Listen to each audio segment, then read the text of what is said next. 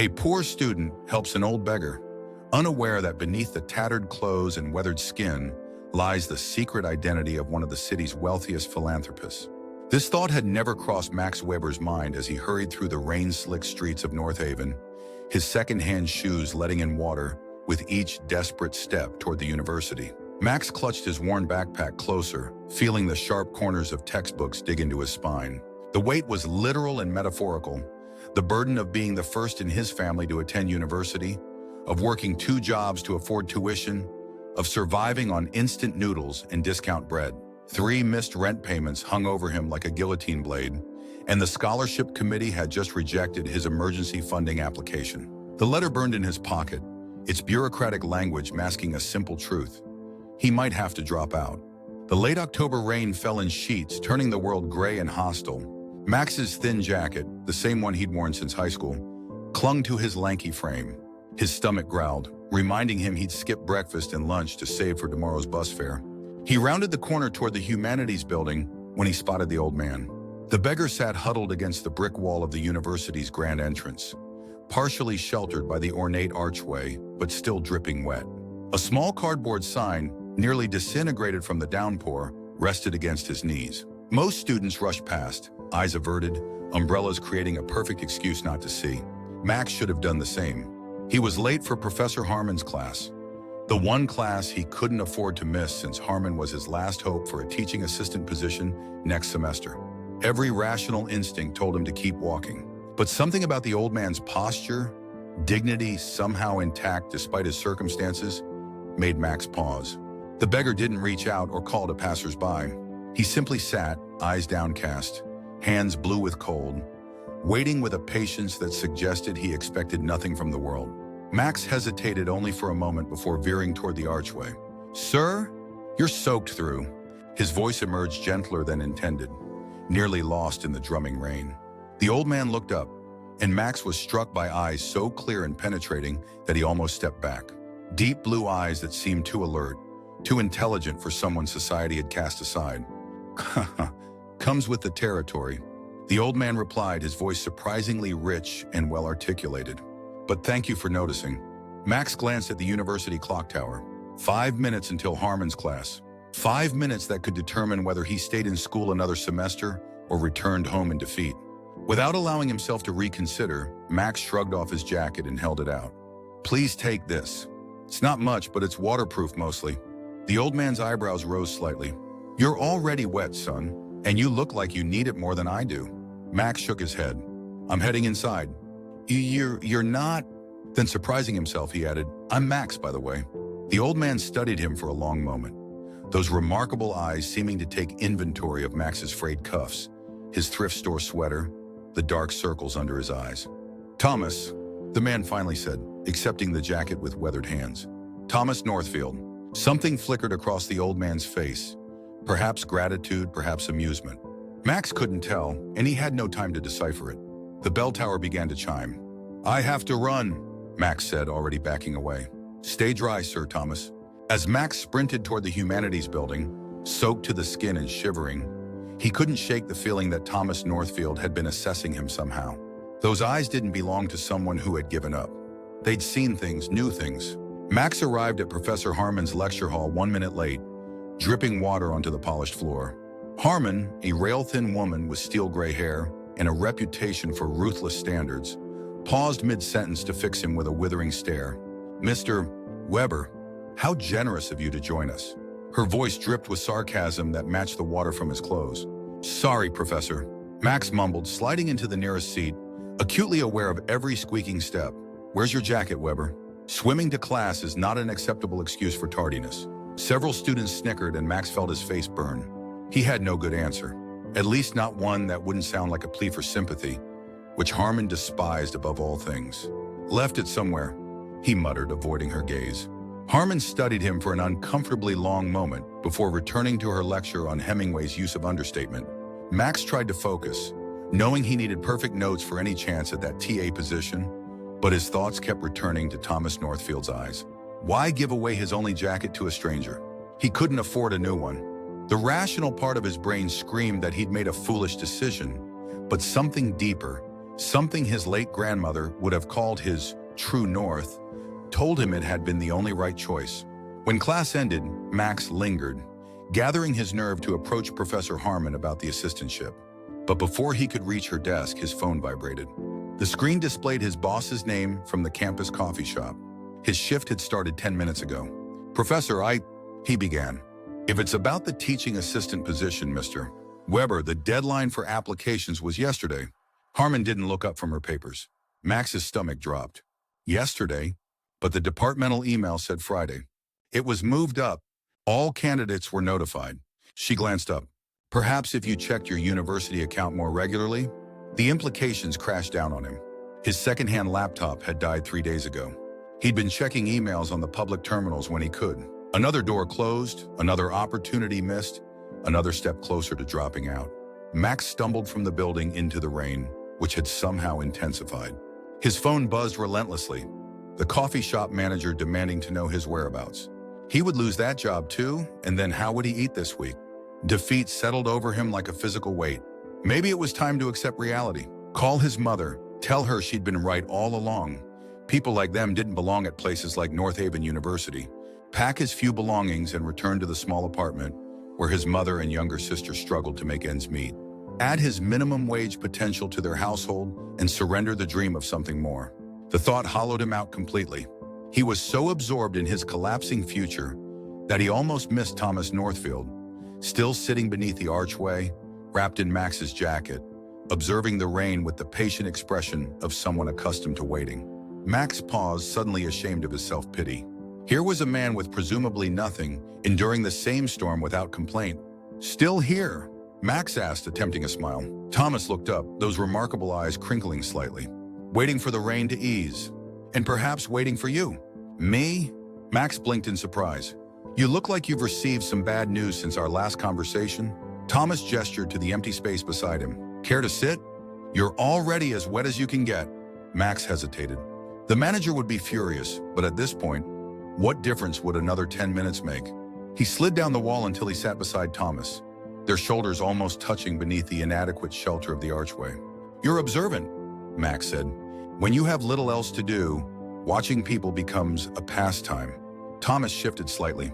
"Your jacket is remarkably thin for October in North Haven." "It's what I could afford." Max surprised himself with his honesty. "And yet you gave it away." Thomas's voice held no judgment, merely curiosity. Max stared at the sheets of rain. "My grandmother always said character is what you do when no one who matters is watching." "And who matters in your estimation?" The question caught Max off guard. "I don't know. People who can help you, I guess. People with power or connections." He laughed bitterly. "People nothing like me." Thomas studied him. "And what about people like me? Do we matter?" Max turned to face the old man, suddenly ashamed. "That's not what I meant. I'm about to lose everything I've worked for. My scholarship's gone. I missed a job application deadline. I'm probably about to get fired from my coffee shop job. 3 months of rent overdue." The words tumbled out before he could stop them. "I gave you my jacket because it felt like the one good thing I could still do." Thomas nodded slowly. The world takes and takes until giving becomes an act of rebellion. Something about the phrasing startled Max. It wasn't the vocabulary or insight he expected from someone living on the streets. "Who are you?" he asked before he could stop himself. Thomas smiled, the expression transforming his weathered face. "Just an old man who's made many mistakes and witnessed many kindnesses." He reached into a pocket of Max's jacket and pulled out a business card, somehow pristine despite the rain. "If you're interested in a different kind of job, come to this address tomorrow at 9. Max accepted the card reflexively. The heavy stock paper bore only an address in the old warehouse district and the initials TN Enterprises. "What kind of job?" Max asked, confusion evident in his voice. Thomas rose with surprising grace for a man his age. "One that might suit your character, Max Weber." He extended a hand. "Thank you for the jacket." It was a small kindness that revealed a great deal. Max shook the offered hand, noticing the strength in the old man's grip. As Thomas walked away into the rain, moving with unexpected purpose, Max stared at the card. TN Enterprises, Thomas Northfield. Logic told him it was probably nothing.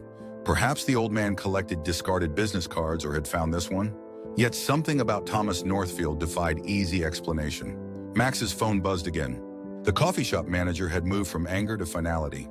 "Don't bother coming in." Your final check will be mailed. Another piece of his precarious life collapsed. He should feel devastated, but instead a strange calm settled over him as he tucked the business card into his wallet. Tomorrow at 9. What did he have to lose? The warehouse district existed in a peculiar limbo between North Haven's past and future. Once abandoned industrial spaces now housed trendy startups alongside artist lofts, while other buildings remained derelict, awaiting their turn for transformation. Max checked the address on the card for the third time, certain he had somehow misunderstood. The building before him was neither abandoned nor renovated, but impeccably maintained in its original early-century industrial style. A discreet brass plaque beside the door read simply, TN Enterprises. No explanation of what business occurred inside, no hours listed, no indication of welcome or warning. Just 2 letters that matched the initials on the card and the name of the old man who had given it to him. Max hesitated, suddenly aware of his appearance. He'd worn his only dress shirt, wrinkled from being folded in his drawer, and khakis with a barely noticeable patch on one knee. His hair, still damp from his morning shower in the dormitory's communal bathroom, refused to lie flat. He looked exactly like what he was, a struggling student grasping at straws. Before he could reconsider, the heavy door swung open. A woman in her 50s with salt and pepper hair cut in a precise bob stood in the doorway. Her charcoal suit spoke of quiet wealth, but her eyes held immediate warmth. "You must be Max Weber," she said, extending her hand. "I'm Eleanor Voss, Mr. Northfield's executive assistant. We've been expecting you." Max shook her hand, confusion washing over him. "Mr. Northfield? Thomas Northfield?" "Yes." Something in her expression suggested amusement. "Please come in." The warehouse's exterior had given no hint of its interior. Max followed Eleanor into a soaring atrium where the original industrial bones, exposed brick, massive wooden beams, steel supports, had been preserved but softened with natural light pouring through skylights. The space hummed with purposeful activity.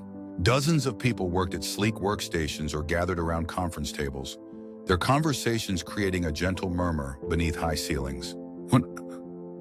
What is this place?" Max asked, unable to hide his wonder. "The operational headquarters of the Northfield Foundation," Eleanor replied, guiding him past curious glances. "Among other things." Max's mind raced. Northfield? The name tugged at his memory. He'd seen it somewhere at the university, perhaps on a building plaque or program. Eleanor led him to an elevator at the back of the atrium. It opened silently, revealing burnished copper walls and a single button.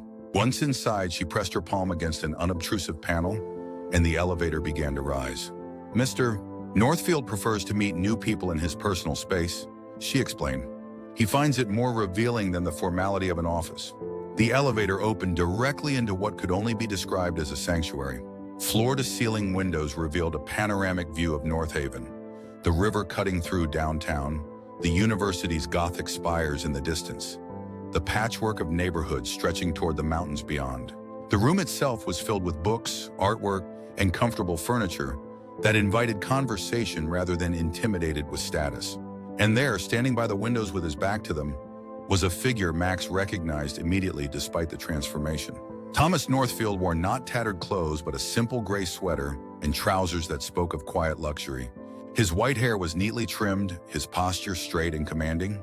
When he turned, those unforgettable blue eyes found Max's with the same intensity they'd had beneath the university archway. "Thank you, Eleanor," Thomas said, his rich voice unchanged from their encounter. "Would you bring us tea in about 15 minutes? Eleanor nodded and disappeared into the elevator, leaving Max standing uncertainly at the threshold of this impossible scene. "You look confused, Max," Thomas said, gesturing toward a pair of chairs by the window. "Please, sit. I imagine you have questions." Max moved forward mechanically, his mind struggling to reconcile the beggar from yesterday with this man who commanded a foundation headquarters. "You ... weren't homeless," he finally managed, sinking into the offered chair. Thomas smiled slightly. "No, though I've experienced homelessness at certain points in my life." "Then why were you sitting in the rain pretending to be a beggar?" Max couldn't keep the accusatory note from his voice. Thomas regarded him steadily. "I wasn't pretending to be anything. I was sitting in the rain, observing. The conclusions people drew said more about them than about me." He leaned forward slightly. "Some hurried past, avoiding eye contact. Others threw coins without pausing. A few offered practice sympathy, but no actual assistance. And I gave you my jacket," Max said quietly. "Yes, your only jacket as it happens." Thomas reached beside his chair and lifted Max's jacket, cleaned, dried, and neatly folded. A truly sacrificial gift, considering your circumstances. Max accepted the jacket, feeling the familiar worn fabric. How do you know my circumstances? I know that you're supporting yourself through university without family financial assistance. I know you worked 2 jobs while maintaining a 3.8 GPA and a double major of literature and education. I know your scholarship was reduced when the university reallocated funds toward the new business school wing. And I know you're 3 months behind on rent, with no clear path to paying it. The precise inventory of his troubles left Max speechless. Thomas continued, his tone gentle but direct. What I didn't know, what I couldn't discover through research, was your character. Whether when faced with someone apparently in greater need than yourself, you would respond with generosity or self-preservation. Thomas's eyes crinkled slightly. You chose generosity at significant personal cost. Max found his voice. So it was a test? You were sitting there testing people? I prefer to think of it as an opportunity for revelation. Thomas rose and moved to a sideboard, returning with a folder. The Northfield Foundation funds numerous initiatives across education, housing security, medical research, and community development. My personal wealth affords me the luxury of making additional, more direct interventions. He handed Max the folder. This is a job offer. Executive assistant to the Foundation's Educational Opportunity Division. The salary is $80,000 annually with full benefits, flexible hours to accommodate your studies, and a housing allowance. Max stared at the folder without opening it. The amount mentioned was more than his mother earned in 2 years. Why would you offer me this? I have no experience. I'm a 20-year-old lit major. Because you have something rarer than experience. Thomas sat again, studying Max with those penetrating eyes. Natural empathy, uncalculated generosity, and a remarkable ability to see the humanity in others, even when you're drowning in your own troubles. He smiled slightly. Skills can be taught. Your character must be inherent. Max finally opened the folder, scanning terms that seemed impossible. The position description included mentorship, administration support, community outreach, and special projects as directed by T. Northfield. This doesn't make sense, Max said, closing the folder. People don't get jobs because they give away jackets. No, they don't, Thomas agreed. But occasionally a small action reveals a person's essential nature. He leaned forward. I've been seeking someone with your particular qualities for some time. Someone who understands both struggle and the importance of education as a path forward. Someone who acts with instinctive kindness. You can't know all that about me from one interaction. Max protested. You're right. That's why I've had Eleanor researching you since yesterday. Your professors speak highly of your intellect and work ethic. Your employers, former employers, note your reliability and initiative. Your classmates describe you as helpful despite your own constraints. Thomas's expression softened. Your grandmother raised you well. The mention of his grandmother, gone 3 years now, sent a pang through Max's chest. She'd say, I'm just doing what anyone should do. But that's precisely it, Max. Most people don't do what they should. They do what's easy or what directly benefits them. Thomas rose again, moving to the window. When I was your age, I was homeless. Not as a test or an observation, but genuinely without resources or options. A university professor found me sleeping in the library. Instead of having me removed, she helped me apply for scholarships, found me temporary housing, became the mentor I desperately needed. He turned back to Max. Her small kindness changed everything for me. I promised myself that if I ever had the means, I would create opportunities for others as she did for me. His gaze was direct, uncompromising. I'm offering you not charity, but partnership. A chance to finish your education without constant financial crisis, and to help create similar opportunities for others. Max looked down at the folder in his hands, then back at Thomas. What if I'm not what you think I am? What if I disappoint you? Thomas smiled fully for the first time. That's always a risk when investing in people. But I've found it's the only investment that truly matters. He extended his hand. Will you accept the position, Max Weber? Max stood, the folder clutched in one hand. He thought of his cramped dorm room with the eviction notice on the door, of his mother's voice strained with worry during their weekly calls, of his sister's college essay sitting on his laptop, waiting for his feedback on dreams that might go unfulfilled, as his had nearly been. He thought of his grandmother, who had taught him that kindness was not weakness, but the greatest strength. He took Thomas Northfield's hand. Yes, I accept. Thomas's smile deepened, revealing laugh lines earned through decades. Excellent. Eleanor will help you with the paperwork. His expression turned mischievous. And Max? Perhaps we should go shopping for a proper winter jacket. For the first time in months, perhaps years, Max laughed without reservation, feeling the weight of constant struggle begin to lift from his shoulders. Spring arrived at North Haven University with a gentle insistence that mirrored Max's own transformation. The campus pathways where he had once hurried with the hunched posture of someone expecting bad news now felt like familiar friends. 6 months working alongside Thomas Northfield had changed everything. Not just his financial circumstances, but his understanding of possibility itself. Max paused beneath the archway where he'd first encountered Thomas, now bathed in morning sunlight rather than rain. His new routine included arriving early to prepare for the day's meetings, but he always took a moment here, a private acknowledgement of the pivot point in his life. Contemplating the architecture, Mr. Weber? Professor Harmon's voice interrupted his thoughts. Max turned, smiling at his former professor. Good morning, Professor. Just appreciating the view. Harmon studied him with the same sharp eyes that had once made him shrink in his classroom seat. The mysterious transformation of Max Weber continues to intrigue the faculty lounge, you know. One semester you're barely staying afloat, the next you're the protege of Thomas Northfield, one of our most generous but reclusive benefactors. Max shifted slightly under her scrutiny. He'd learned that many people regarded his position with Thomas with suspicion or envy, unable to believe that a simple act of kindness could lead to such opportunity. Sometimes life takes unexpected turns, he offered. Harmon's expression softened slightly. Indeed it does. The scholarship committee was quite impressed with your proposal for the first generation in Student Emergency Fund. She gestured to the portfolio tucked under his arm. I assume you're headed to the Board of Trustees meeting to present it? Yes, Mr. Northfield thinks it has a good chance of approval. Thomas Northfield rarely backs losing propositions. Harmon observed, I'm glad to see your talents being put to good use, Weber. We expected great things from you, even when your circumstances were so challenging. The admission surprised him. Harmon had never shown him anything but stern criticism as a student. Before he could respond, she continued her path across campus with a brief nod of farewell.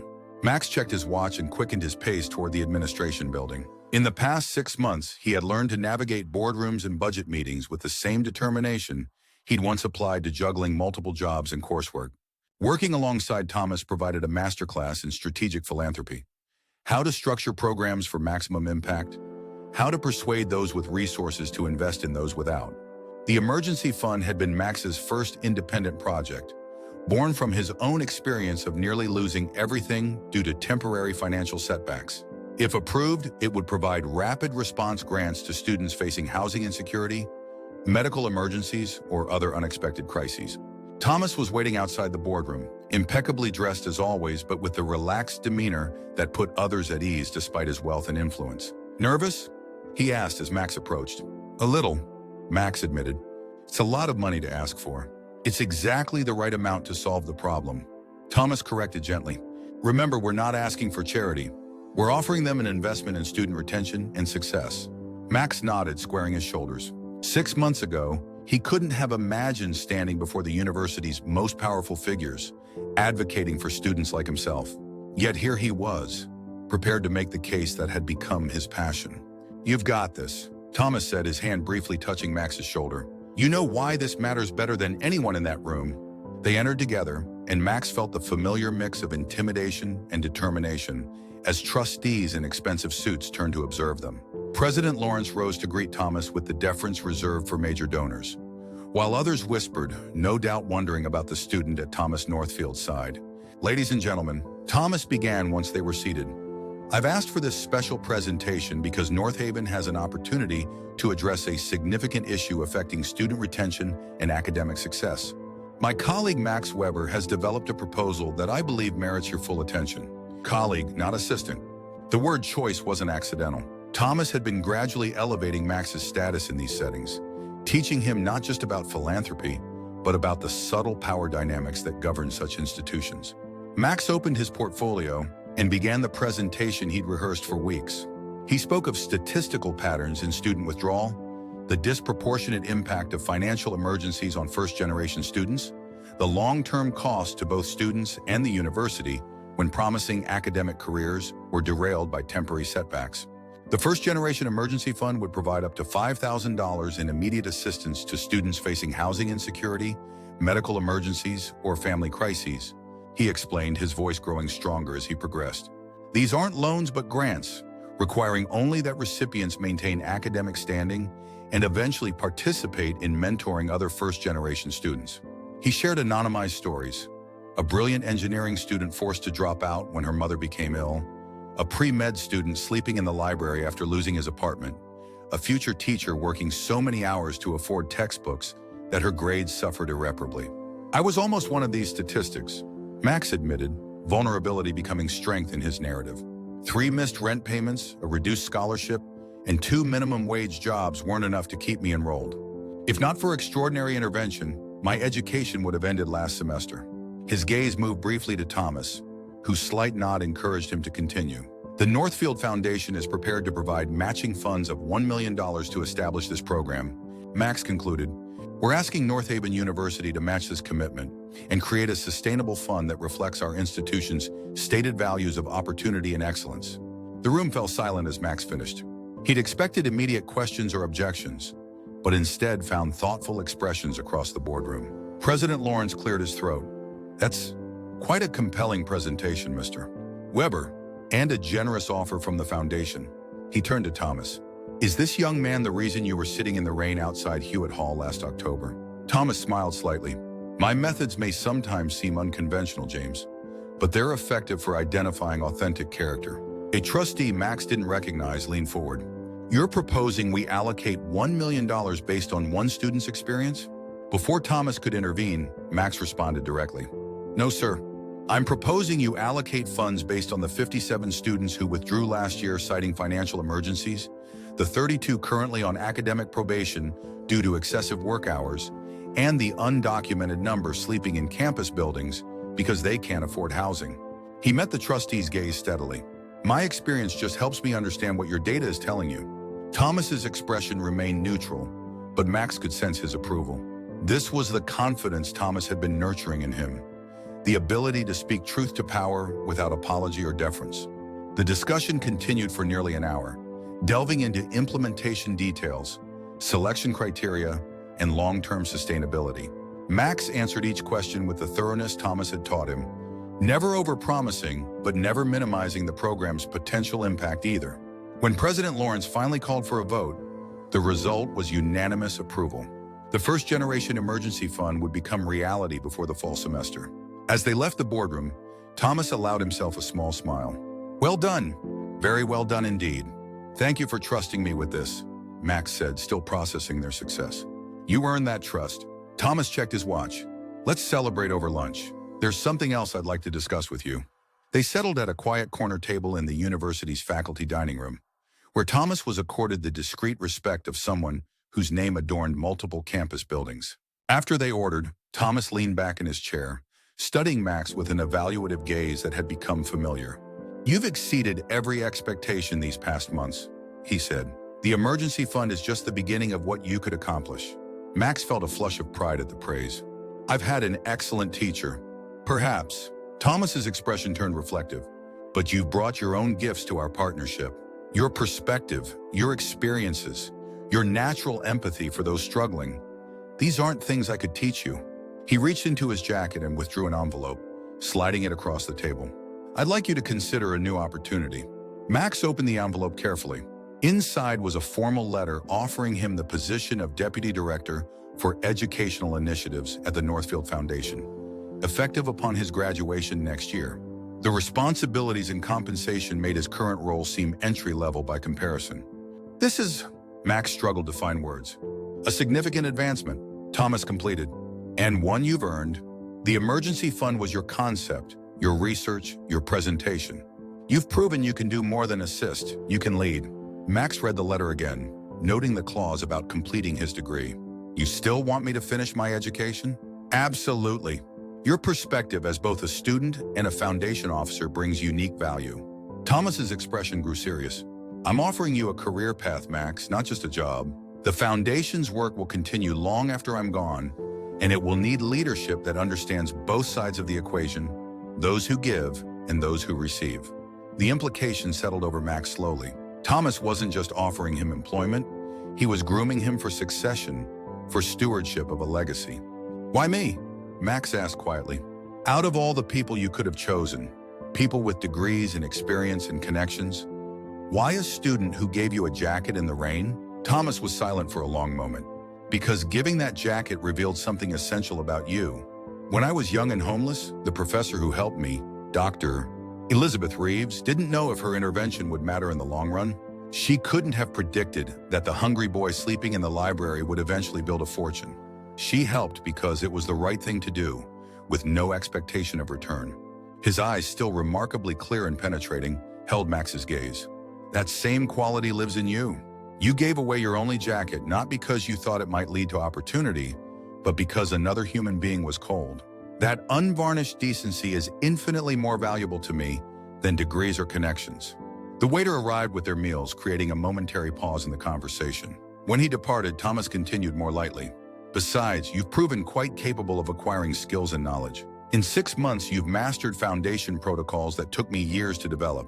Imagine what you'll accomplish with proper resources and authority." Max looked down at the letter again. The future it represented both exhilarating and intimidating. "I'll need to think about it." "Of course. Take all the time you need." Thomas began eating his lunch with the matter settled for the moment. "Though I should mention that the position includes an apartment in the foundation building. Much more comfortable than student housing and an easier commute." Max smiled at the understated way Thomas addressed his living situation. Though the housing allowance had solved his immediate crisis, he still lived modestly in a small apartment near campus. "Is that where you live?"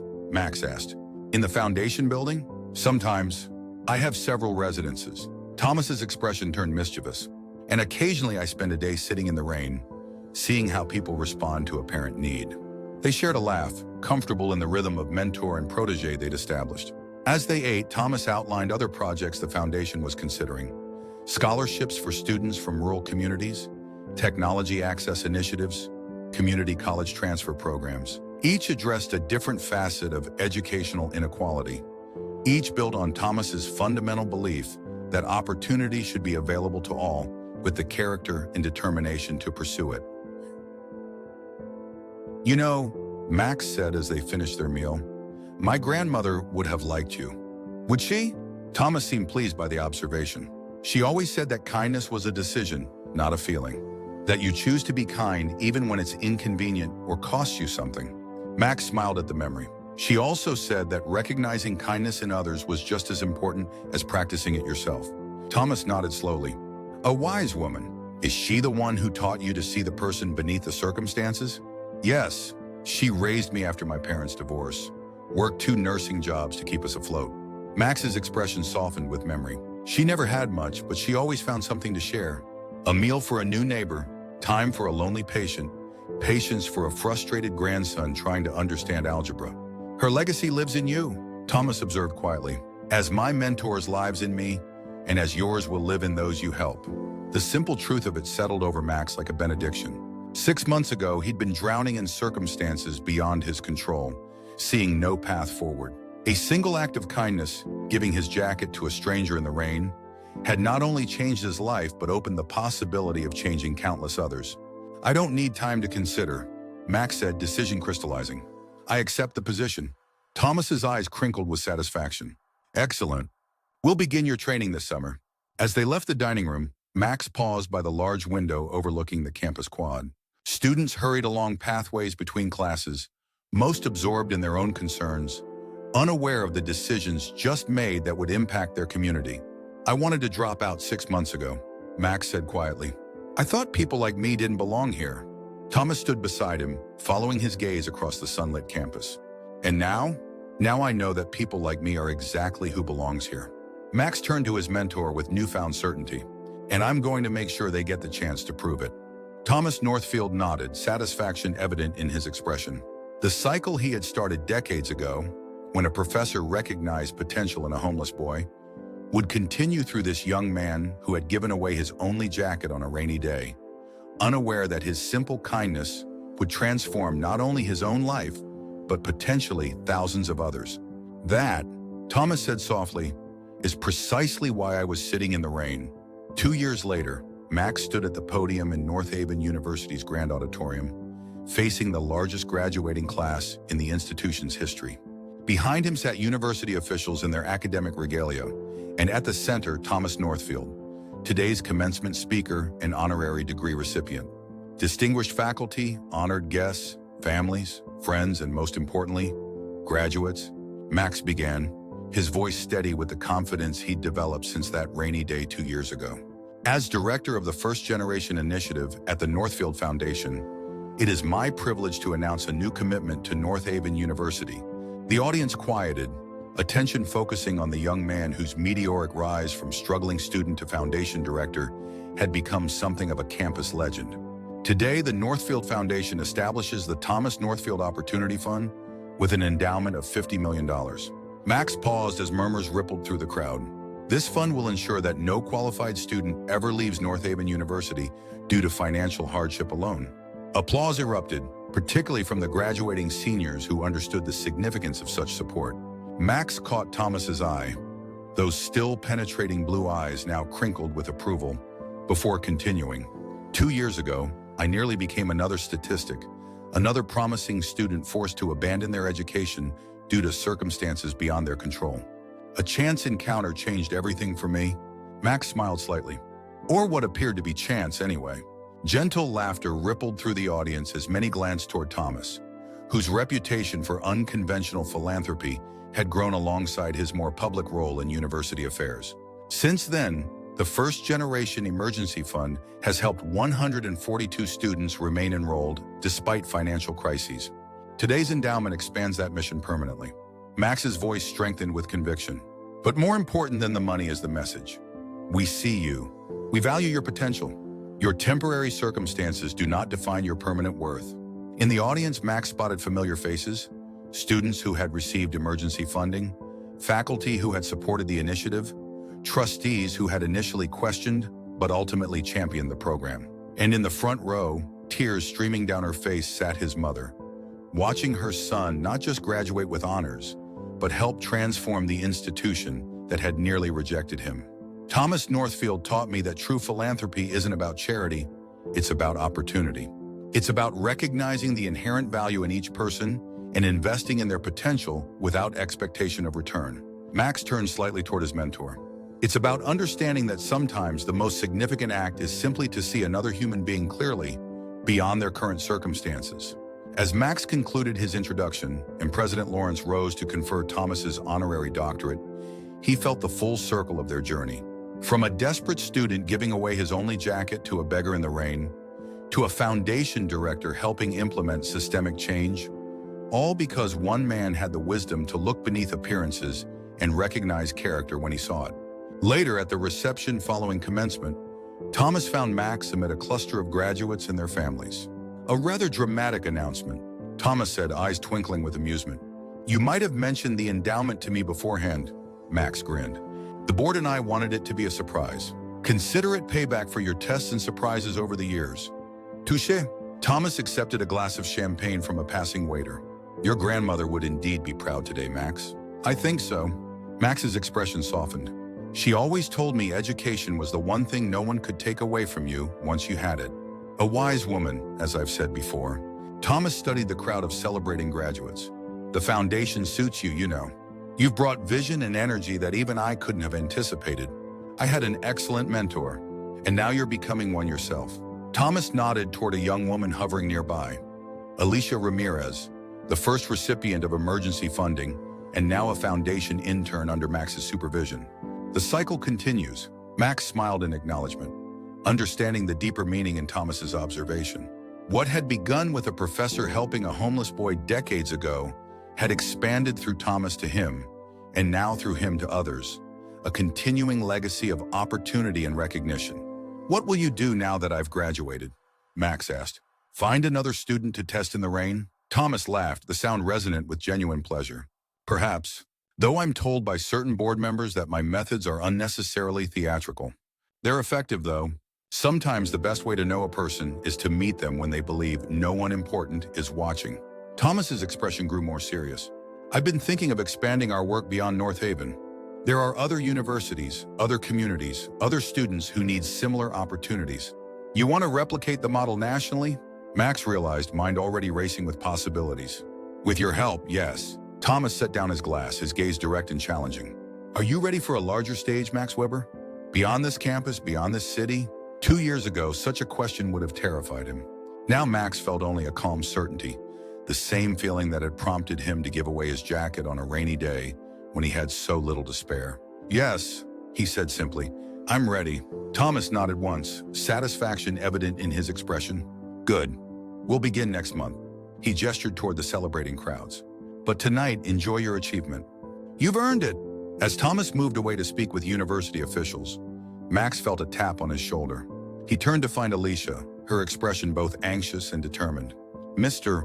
Weber, I was hoping to discuss something with you. She clutched a folder nervously. I've been researching patterns of food insecurity among community college transfer students, and I think there's an opportunity for targeted intervention. Max listened attentively, recognizing in her earnest presentation echoes of his own first proposals to Thomas. The cycle continued, one act of recognition leading to another, a chain of opportunity extending infinitely forward. Across the room, Thomas Northfield watched them, satisfaction evident in his expression. The beggar in the rain had found not just one worthy successor, but had sparked a movement that would outlive them both. All because a poor student had chosen kindness when he had every reason to choose self-preservation instead. Sometimes the most profound transformations begin with the simplest acts of humanity. A jacket given away in the rain, a hand extended to someone in need, a moment of seeing beyond circumstances to the person beneath. And in that recognition, both lives are forever changed.